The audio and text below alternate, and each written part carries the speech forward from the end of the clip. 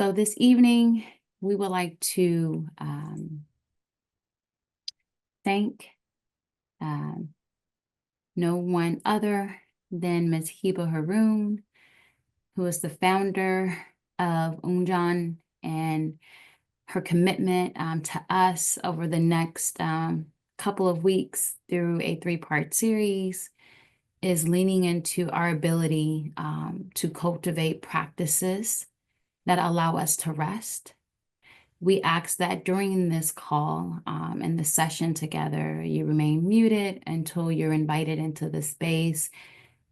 Super excited for all of you all making a decision to hang out with us this evening and commit to your own restorative rest practice. And with that, I'll give the floor over to our partner in crime, Hiba Haroon.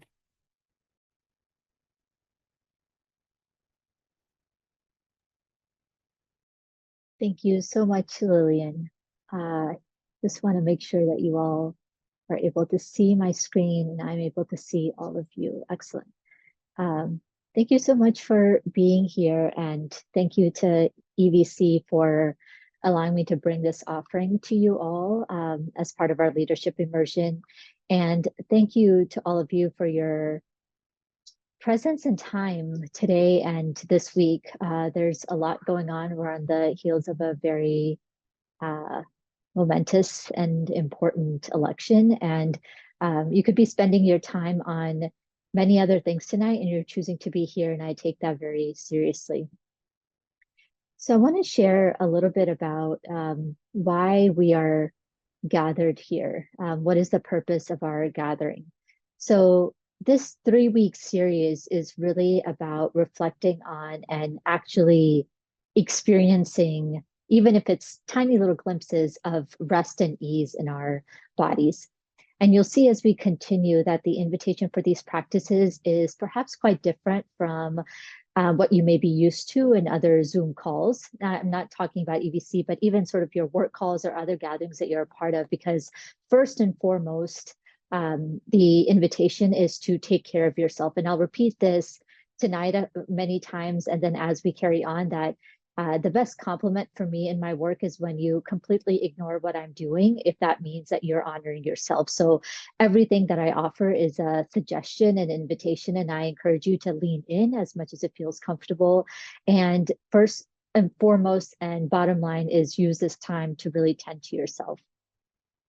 So I want to offer a bit of grounding for why this Cultivating Rest series in particular. So to put it simply, and this is not a surprise, we are not well, and we haven't been well for a really, really long time. And across all health metrics, we are faring worse and worse. And this is especially true for Black folks, people of color, women, immigrants, et cetera, those that are living on the margins. And I'm not going to share all the stats out there on anxiety and autoimmune disease, depression, birth complications, cancer, insomnia, et cetera. They aren't good. And yet that's not surprising either. And for our time together, I want to lift up 2 general sentiments, which I think capture how and why we are not well. And these are going to be really the crux and the anchors for our practice tonight and the series as we carry on through the month of November. So the first statement I want to share with you is on the screen if you can see it, but you can also turn away from your screen at this point. As long as you can hear my voice, you're good. So the first statement is by Hanif Abdurraqib from his work, They Can't Kill Us Until They Kill Us. And Harif writes, there's no moment in America when I do not feel like I'm fighting, when I do not feel like I'm pushing back against a machine that asks me to prove that I belong here. And then there's another quote I have up by Rupi Kaur. She's one of my favorite poets from her collection Homebody. And she writes, I measure my self-worth by how productive I've been, but no matter how hard I work, I still feel inadequate. And Hanif's statement, the first one, captures the outward struggle of navigating and resisting oppressive systems, i.e. systems which do not see or value our humanity. And Rupi's poem, the second statement that I read, captures the inward struggle of navigating and resisting these oppressive systems and how they are operating, perpetuating, and manifesting themselves within. And both of these, to me, are simultaneously critical and a part of our experience in any given moment. Hanif and Rupi's statements really capture two very important points, that there's both the resisting, navigating that we're doing outside of ourselves, outside of our bodies, through the work that we do, through our activism, etc. And then there's the perpetuation of that same violence, those same systems within us as well. And we live in a world which always reminds us that we're not good enough. And we also live in bodies and minds which have been conditioned to believe that.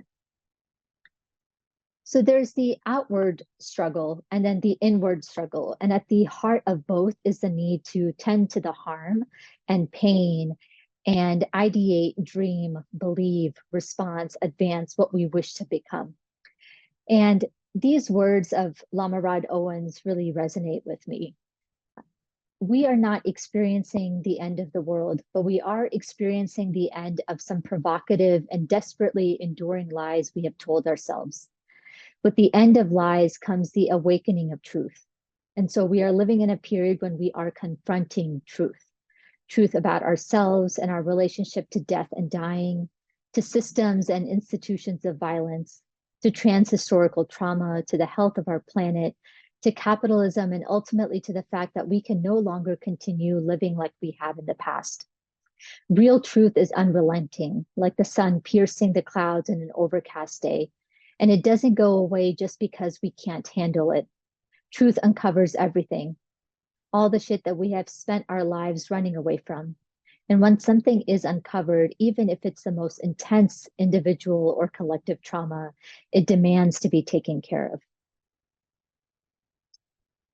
These words of Lama Rod really resonate with me because what he's trying to convey to us is that we need rest to both take care of what is within and around us and slow down our nervous systems and cultivate enough space in our minds, hearts, and bodies to remember that this is not it.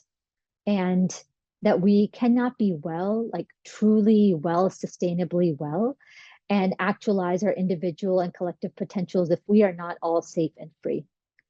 And if we don't remember this and become good at quote unquote succeeding or thriving and feeling well in an unwell world, we run the risk of becoming what harms us. We run the risk of becoming what we are fighting. In order to both resist what is and choose differently requires deep rest and ease in our bodies. So that's really what this time together is about. So what do we mean when we say rest? And we got into this a bit with Dr. Shayla on Friday for those of you who attended the session. And if you didn't, I encourage you to listen to the recording when it's posted up on our resource hub. We can think of rest in many ways. And for our time together, I'll offer two, which I think may be helpful. The framework to the right of your screen, and if you can see my screen, if you can't, these slides will be shared later on, so don't worry about that. The framework to the right on your screen, which was developed by Dr. Sandra Dalton Smith, lays out the many different types of rest that we need. And in her framework, you can see sleep, which is often thought of as synonymous with rest, is just one component and listed under physical rest. So the types of rest that she names are: we need physical rest, sensory rest, emotional rest, creative rest, social rest, mental rest, and spiritual rest. And there's a quiz that Dr. Dalton Smith has put together, which we can share with you in the follow-up materials if you want to sort of gauge where you are in your relationship with all of these aspects of rest. And I think another way to think about rest is what I have on the left side of my screen, which are what are the activities, what are the ways of being and living that cultivate some of or all of the following conditions. And those are what are activities or ways of being that cultivate awareness in my body, trust in my body, ease and love, commitment or recommitment, remembering, safety, connection or reconnection. And you can add to this list as well. And I offer both of these because I think, especially for those of us who I say capitalism has trained very well, and I raise my hand in that category, we can, without even knowing we're doing it, become very tethered to becoming productive and competitive, even about rest. And while discipline and checklists and routines can be and are very healthy, they can become harmful when they become a mechanism by which to judge and police ourselves, in which thinking about the qualities we want to invite in with rest can be helpful, and then reflecting on the path and practices to help us cultivate them. So the takeaway here is that we need to feel rested at many different levels and layers, because we are not only fighting sort of the systems that we're operating, there's also the operation of those systems within our bodies. And sleep is just one component of that. And two, while rest may look very different for each of us, what it will cultivate are these conditions, which I have listed to the left, which allow us to really tend to ourselves and those around us in more compassionate and less harmful ways. So our roadmap for tonight, if it's easy on your systems to sort of know where we're headed, we're going to begin with a gentle breath and body awareness practice. And the invitation here is to make yourself as comfortable as you can. If you are seated, you can remain seated. If you know that you would be more comfortable lying down on your couch, if that's available to you, or your bed, if that's available to you, do that. And then we'll follow with one of my favorite practices of cultivating rest, which is a wild writing practice. And for that, it would be helpful to have a journal or notebook and a writing utensil nearby.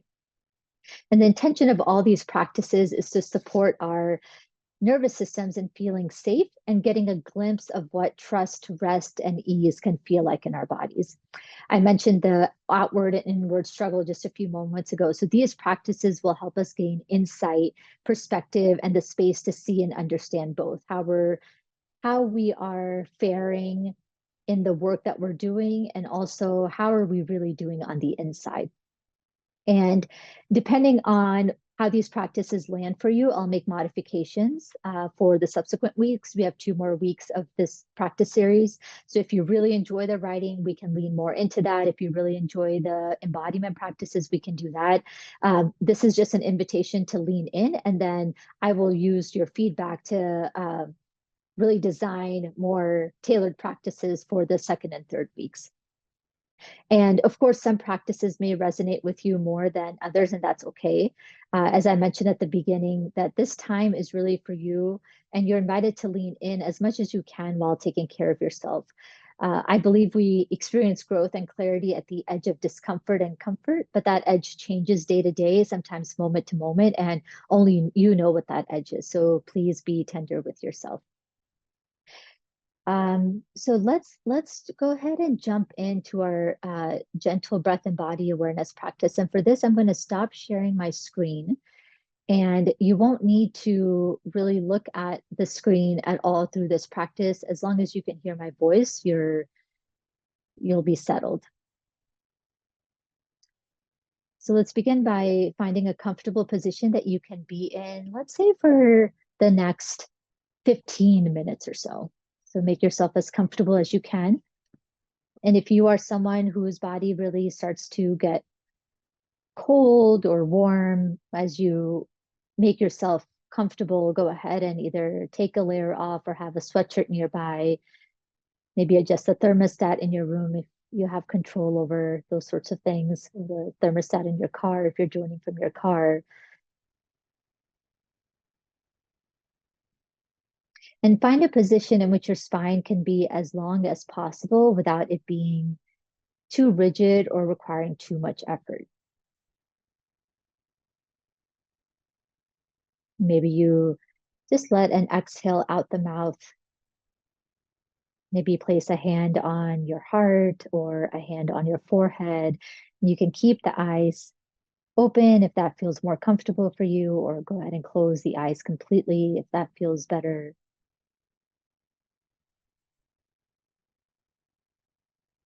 And we just give ourselves a moment to arrive. So whatever was taking up your energy or whatever you have to tend to after this time, just take a moment to unite mind, body, and spirit, that whatever path you've walked to get to this moment, whatever paths we have all walked, we've made it to this moment in time.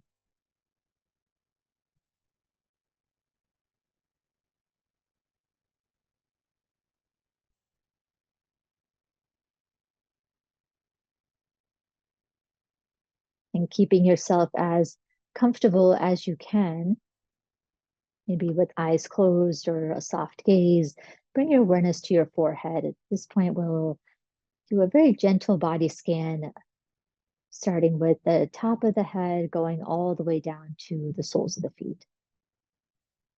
And just taking a moment to notice the forehead.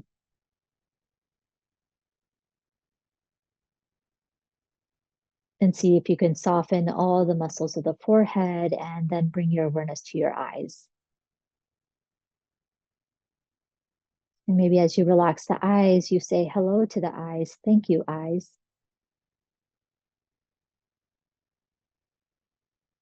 Notice your ears. Maybe expressing gratitude for your ears. Thank you, ears, for all that you have heard and processed as we made our way through this day.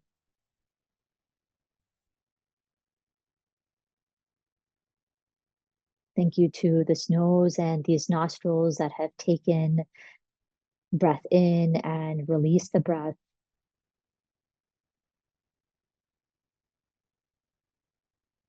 Noticing jaw, noticing throat, inviting these parts of the body to soften.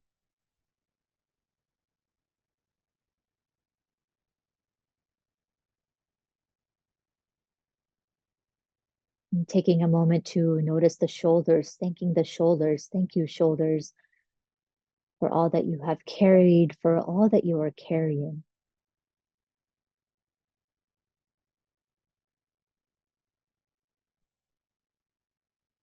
Noticing arms, noticing hands. Thank you, hands, for all that you have held and are holding, giving them permission to rest.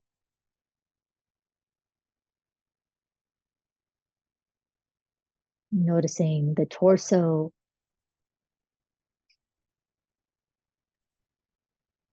Thank you, belly, for all the food that you have processed. Thank you for holding that inner fire that guides me. Noticing spine, thanking the spine.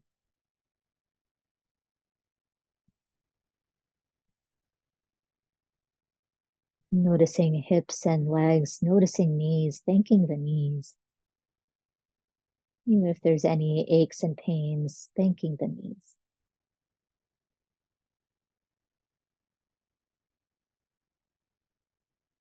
Noticing lower legs, noticing ankles, noticing feet. Thank you, feet.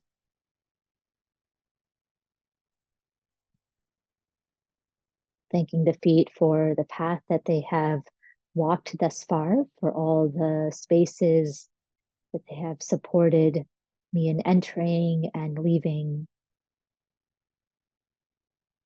for their capacity to help me remain still when I need to remain still.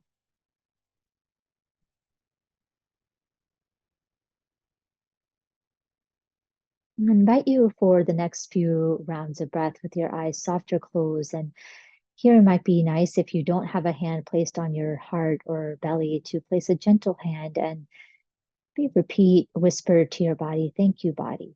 It might feel uncomfortable, maybe a little weird, especially if this is your first time thanking the body, but you practice expressing gratitude for all the ways which our body holds our capacity to move through the world.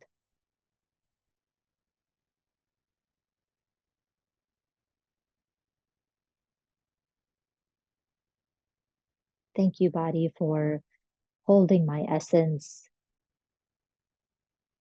for supporting me on this path that I have walked to get to this moment in time.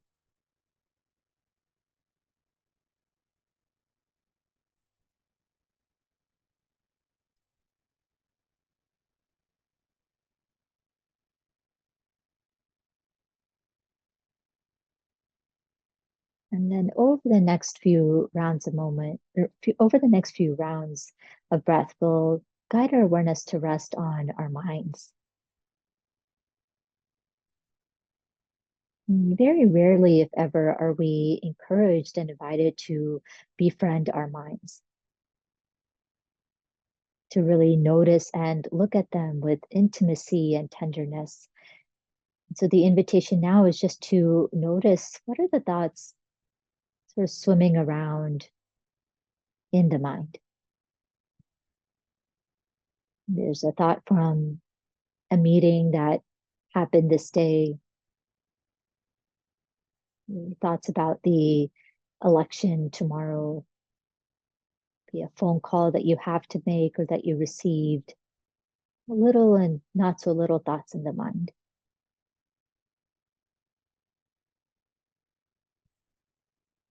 And here we're practicing resting our awareness on our thoughts without getting entangled in them. So as you notice a thought, noticing yourself thinking, will repeat, thank you, thought, and just watch that thought dissolve and notice when the next one appears. We won't be here too long. And if the mind feels really, really busy, you can just repeat to yourself, thank you, thought, thank you, mind. And as we express our gratitude for the thoughts in the mind, what we are recognizing is the mind is doing what it was designed to do. It is designed to think and process. And if it is feeling overwhelmed or busy, it's because there's a lot going on. But we don't judge, police, silence the mind. We notice. And with tenderness, like we might look at the face of a child or a fur baby, we just notice and notice one thought and then let it pass and notice the next.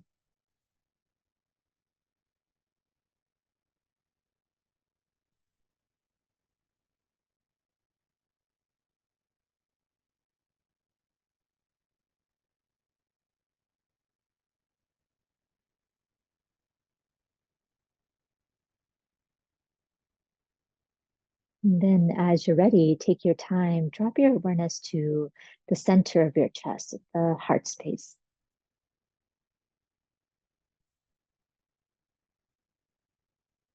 And we practice noticing without any judgment, what are the emotions which are a part of our experience in this moment in time? Does this heart space feel tight in any way? Does it feel tender or hurt? Does it feel joy, hopeful? And know that it is very natural to feel multiple emotions at once in this space. And also sometimes there's one emotion that dominates the space of the heart. Just noticing. And as you notice and label the emotions that you're bringing into this moment, into this practice, into this evening, it's express gratitude for each of these emotions. So if you notice fear, thank you, fear.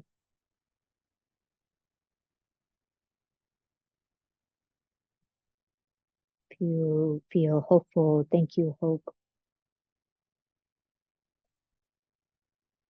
And when we express gratitude for our emotions, especially the uncomfortable ones, the undesirable ones, what we are paying tribute to, what we're honoring is the wisdom of our emotions.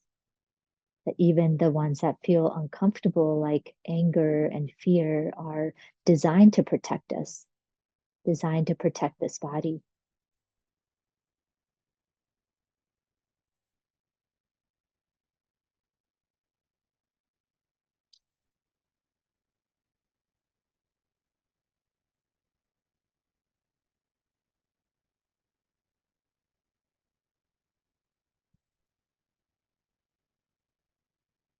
And then very gently begin to blink the eyes open.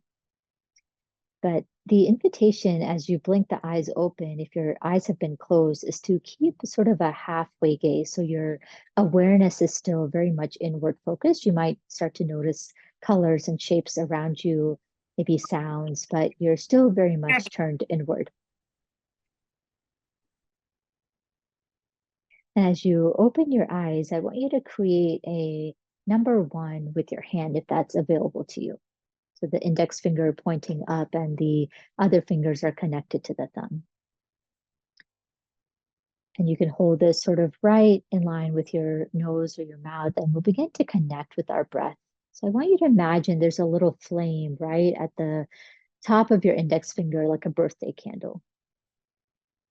And then without forcing or exerting too much energy, I want you to practice blowing out that flame. If it's helpful to visualize that flame like a birthday candle, you can do that.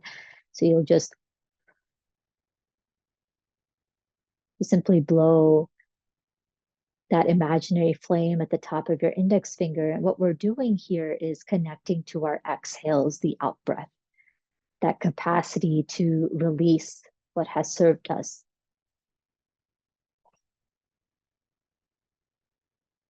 You can do that for a few moments and then start to pay attention to what happens before the exhale. Can you feel the inhale, that in breath coming into your body, perhaps filling up your chest and your belly before you exhale? So noticing here the breath coming into the body, and then the exhale will be out through the mouth.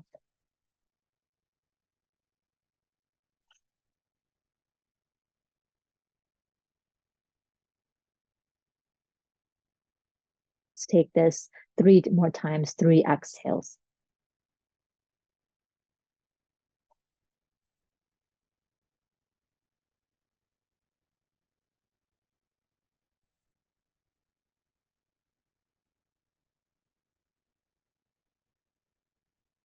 Beautiful. And after your last exhale, you can release that number one with your hand, rest your hands. Maybe go ahead and close the eyes now.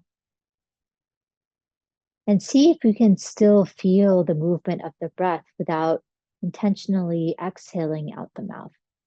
And here I like to bring a hand maybe to the belly or hand to the heart if that's available to you. And you can feel the inhale coming into the body and the exhale leaving the body.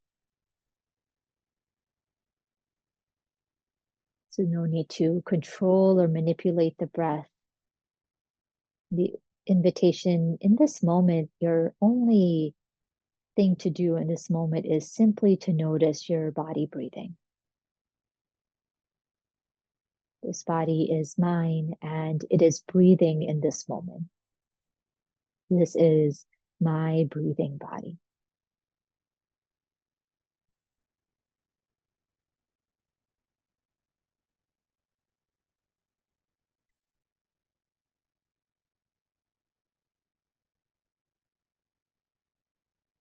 And you can stay here for the next few rounds of breath, or if you would like, maybe explore deepening your breath. So the inhale, the breath that's coming in travels down to the belly. And if you have your hand on your belly, the belly might expand into that hand.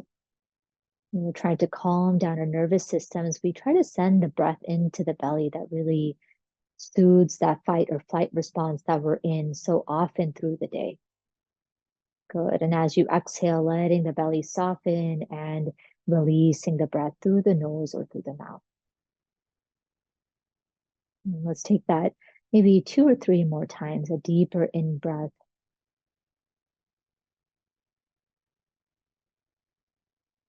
And a longer out breath.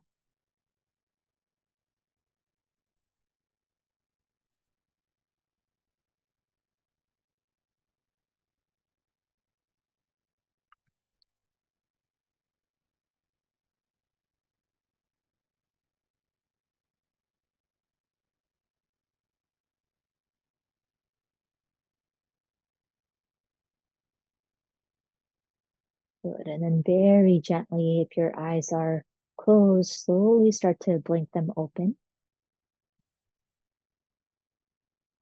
And if you have your eyes open, once again, the invitation is to not really grasp with our eyes, still stay in that inward place and just notice Notice what your energy level is like, what your relationship to your body is like, how your breath feels, maybe how your heart feels. Now, after just turning your awareness, a very loving, kind awareness inward.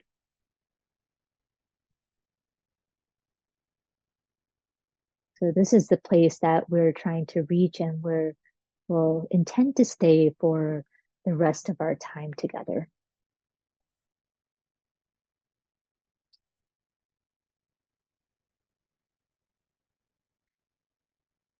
So as I shared at the beginning of our practice that in addition to the breath and body awareness, which can help to cultivate rest and ease in our bodies, the other practice I want to introduce through this series is what's called the wild writing practice.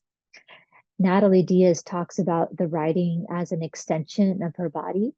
And as a writer, that really resonates with me, especially when we're being true to the words and emotions that are moving through our bodies, through our hand, through the pen onto the page. And we'll really center that as we move into our next practice. So the invitation is I will read a poem, one of my favorites, and I will invite you to give yourself permission to be read to. And the poem will inevitably touch you in some way. Something is going to be smart. It's going to be a memory, it'll be an image, a song, a lyric, a dream, an experience. Something is going to spark in you. And I'll read the poem to you twice, and you'll just notice and be with what's arising. The heart of the poem and what the poet is trying to say is really not the main focus. The focus is letting the poem touch our spirit, see how we're responding to it. Okay. And then I'll offer two jump off lines from the poem, and the invitation will be to use that jump off line to write for maybe 10 minutes nonstop. So pen will never leave the paper. And that's the invitation. And this is not about quote unquote good writing. This is not about production. This is about cultivating awareness and trust, which supports our bodies in resting. So that's what we're going to practice. We're going to practice bypassing that subtle or loud voice, which will come up as how is this relevant? This is in passive voice. Where does this comma go? And this voice could be of a childhood teacher, it could be of a parent, it could be of a boss, a version of yourself from before. And your work is to write as the words are coming and cut off that critical voice anytime that comes up. Okay. And what you write, as I mentioned, doesn't have to have anything to do with the poem. What we're practicing is being in touch with and accepting what is present for us, what is rising, and what's at the surface without criticizing, judging, censoring, because if we don't do that, we can't access the deeper stuff. So the poem I'm going to share is a poem by Glennis Redman called Make No Apologies for Yourself. Make no apologies for yourself. And let me read this poem to you. So if you are still lying down or seated, just take a deep breath, full breath out. Maybe close your eyes and invite all the cells of your body, if you can visualize all the cells of your body being really receptive to hearing the poem and these words by Glennis.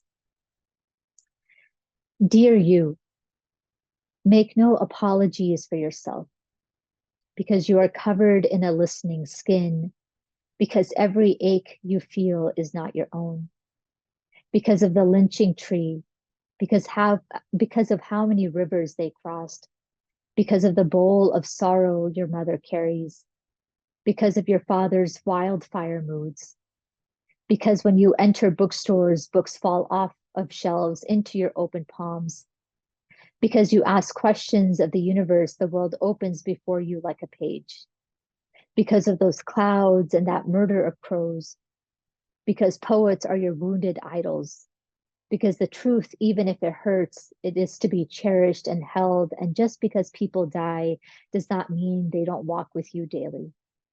Because the river has a mouth that speaks their names, because the river flows with stories, because you sit on the shore and listen, because alone is more comforting than being together, because your pen is oceanic, because you are big-eyed and eyes wide, because you suffer from what you see and hear, because you have sinus arrhythmia.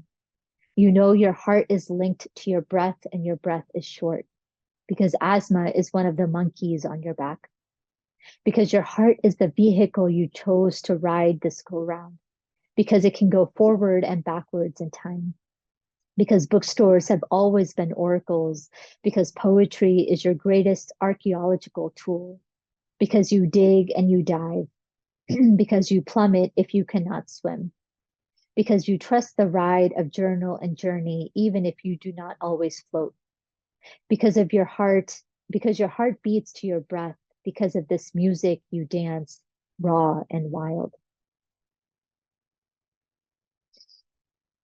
I love, love, love this poem. I'm going to read it one more time and then we're going to jump into our writing. So just let your belly be soft here, your eyes soft, let the shoulders relax. Dear you, make no apologies for yourself because you are covered in a listening skin, because every ache you feel is not your own, because of the lynching tree, because of how many rivers they crossed, because of the bowl of sorrow your mother carries, because of your father's wildfire moods, because when you enter bookstores, books fall off of shelves into your open palms, because you ask questions of the universe, the world opens before you like a page, because of those clouds and that murder of crows, because poets are your wounded idols, because the truth, even if it hurts, it is to be cherished and held. And just because people die does not mean they don't walk with you daily. Because the river has a mouth that speaks their names, because the river flows with stories, because you sit on the shore and listen, because alone is more comforting than being together, because your pen is oceanic, because you are big-eyed and eyes wide, because you suffer from what you see and hear, because you have sinus arrhythmia. You know your heart is linked to your breath and your breath is short, because asthma is one of the monkeys on your back, because your heart is the vehicle you chose to ride this go round, because it can go forward and backwards in time, because bookstores have always been oracles, because poetry is your greatest archaeological tool, because you dig and you dive, because you plummet if you cannot swim, because you trust the ride of journal and journey, even if you do not always float, because your heart beats to your breath, because of this music you dance raw and wild.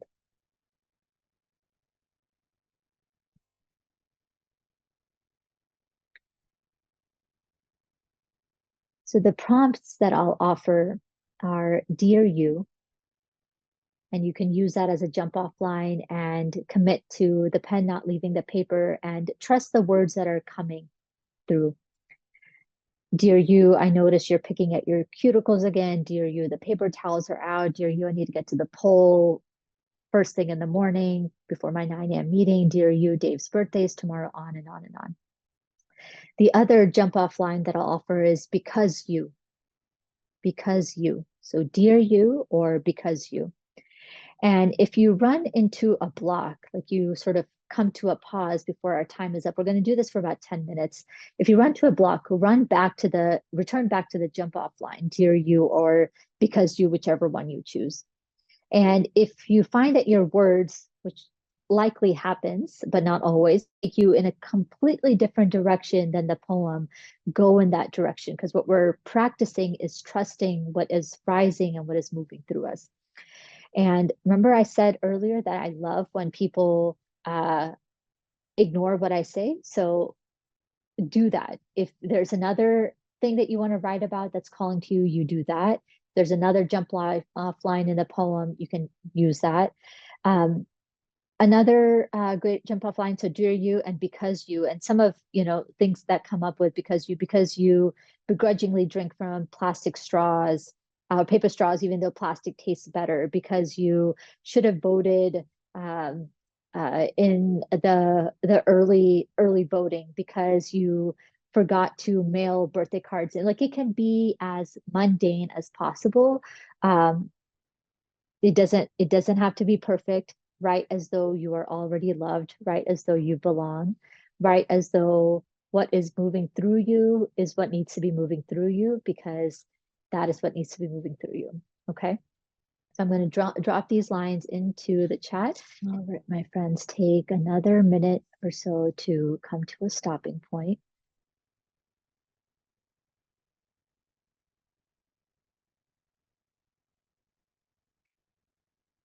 And if you've already reached a stopping point, just put your pen, paper, device to the side.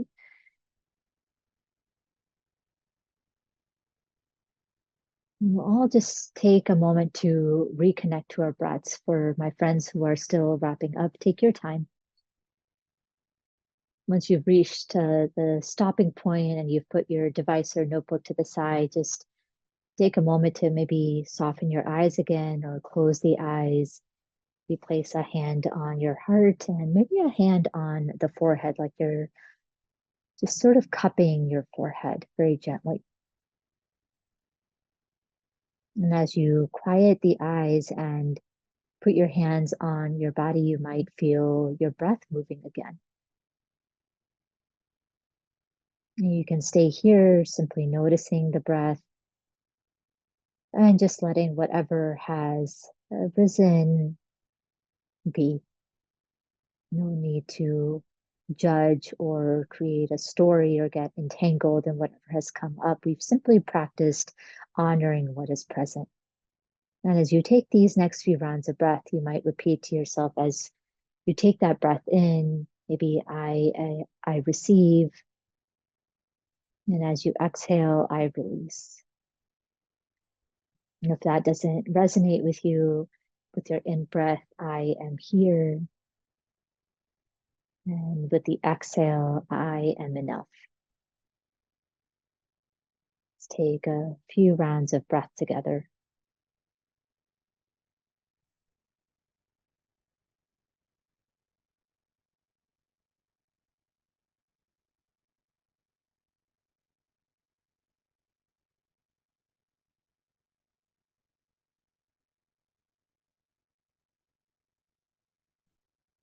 And then over your next few rounds of breath, just taking a moment to notice that while we've been practicing and tending to our own rest this evening, we've been doing so in community with other people.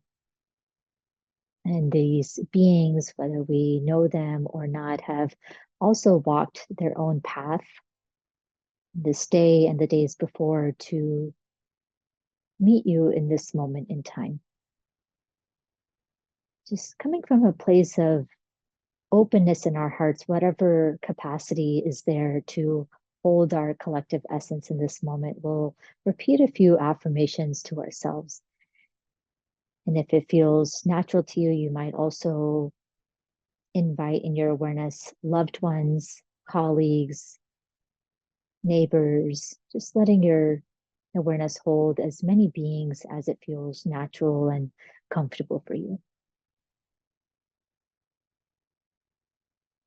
In this time of increased isolation and individualism and fear and anxiousness, what happens is that our bodies and minds and hearts tend to tighten. Think about the heart space is that it doesn't know how to discern. So when we are tightened, we're also tightening and restricting any of the good stuff, any of the nourishment. So through this practice, we're cultivated hopefully a little bit more space in our heart space to hold the essence of other beings in our hearts. And we'll repeat these phrases to ourselves, and you can repeat these to yourself silently or aloud. May we be safe. May we be happy. May we be healthy. May we be free from suffering. May we be at ease. May we be safe. May we be happy. May we be healthy. May we be free from suffering. May we be at ease. May we be safe. May we be happy. May we be healthy. May we be free from suffering. May we be at ease.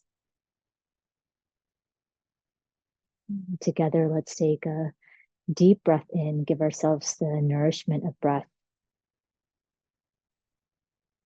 and then release the breath when it's time.